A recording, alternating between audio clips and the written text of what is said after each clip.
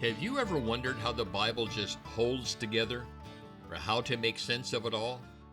Believe me, the people in your congregation want to know. The Bible, the one that you're holding in your hand, is the true story of God, the true story of the world. The Bible isn't a set of separate, randomly selected books. Rather, the Bible is one, unified, and unfolding drama told in 5 acts. A compelling story from the creation of God's kingdom to the return of the king to his kingdom. It's vital. It's crucial that you teach your people how to read and understand the Bible as that one story. For in this story, God gives us his inside look at what he's doing. God invites his church, each one of us, into his story as divinely appointed participants in his redemptive plan to restore all things. And it's in this story that we find and take hold of the life that is truly life. The crucial question is, has your church, your congregation found their place in God's story? For you see, taking hold of the life that is truly life depends upon their ability to read, discover, and live into God's story, the true story of the whole world. So I begin by asking, where is your place in the story of God? Is your congregation living into his story? Candidly, and without apology, your success as a ministry leader and the effectiveness of your congregation hinges on how you answer these questions. Then and only then will your congregation be freed to live the life that God intends, living the life that is truly life. So I invite you, dive deeply. The Bible, from the very first verse in Genesis to the very last verse in Revelation, is one unified and unfolding story, a tightly knit story with no missing pieces, no loose ends. Every chapter, every line, and every word from the very first word in Genesis to the very last word in Revelation is one all-embracing, all-encompassing story of God, the true story of the whole world. This biblical drama is played out in 5 acts. My thanks to Michael Goheen and Craig Bartholomew for this schematic. Act 1. God establishes his kingdom. You know this to be the creation story.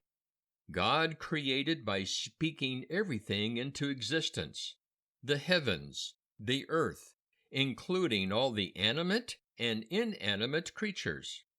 God's creation concludes with the crowning achievement of God, the creation of mankind, created in his image, charged to stoop low as a servant to serve his creation. You know what? God declared everything good. God declares mankind very good. Act 2 in this drama, rebellion in the kingdom. You know this to be the fall. You see, Adam and Eve listened to another voice and decided to believe the deceiver. They take something that did not belong to them, something they just had to have. And so death enters the story. Mankind finds itself in a big, destructive mess. Act 3. The coming of the kingdom. Redemption is accomplished with the announcement that the kingdom of God arrived in the birth, the life, the death, and the resurrection of his Son, Jesus. Act 4. Spreading the good news of the kingdom. God charges and appoints his church to be his accomplice, his agent in his redemptive plan to restore his creation. In other words, we are the church on mission. Act 4, then, is our place in God's story. Act 4 is where we find our true meaning in life. Finding this place frees us to live the life that God has always intended for us. Act 5, the return of the King. You see, redemption now is fully completed. King Jesus comes home to his completely redeemed and restored earth to reign with his people. We do not go to heaven. Jesus comes home to earth. Heaven and earth become one. The garden, that is the temple of God, is fully restored. Once again, we can experience human flourishing as God intends. All to say, this is the story of God. Unfortunately, we do not always treat the Bible as God's story. When we do not know the story of God, we begin to look for and embrace other stories, typically the story that we write. We live like we are the central actor in the story. Our story is self-centered, self-embracing, sin-embracing, and sin-stunted. We tend to invite God into our story for selfish reasons. We break God's story into tiny sound bites for self-serving purposes. We embrace our own truth. We do not embrace the life that God designed for us. Consequently, we do not flourish the way God intends. Chris Wright skillfully captures the story of God in his book, God's Mission. This quote from page 66: "The whole Bible renders to the story of God's mission through God's people and their engagement with God's world for the sake of God's whole creation."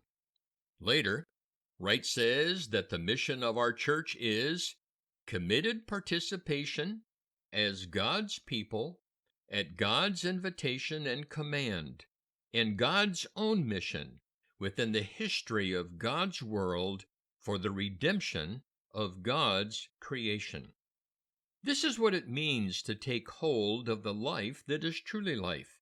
It is in God's story, in His story, that we find our true meaning, our true value, our true validation, and our true purpose. This is living the life that God has always intended. Michael Goheen includes a beautiful selection from the Christian Reformed Church's contemporary confession. And I quote, "The Spirit thrusts God's people into worldwide mission. He impels young and old, men and women, to go next door and far away, into science, art, media, and marketplace, with the good news of God's grace. Following the apostles, the church is sent with the gospel of His kingdom. In a world estranged from God, where millions face confusing choices, this mission is central to our being.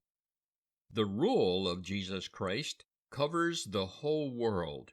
To follow this Lord is to serve Him everywhere without fitting in, as light in the darkness, as salt in a spoiling world." Can I say this one more time? This is your place. This is your place in the story of God. This is taking hold of the life that is truly life. This is human flourishing. It is found by embracing, engaging, and living into God's redemptive plan to renew all things. Indeed, this is good news. So inspire, challenge, teach, and help your people to find their place in the story of God. This is the way it should be.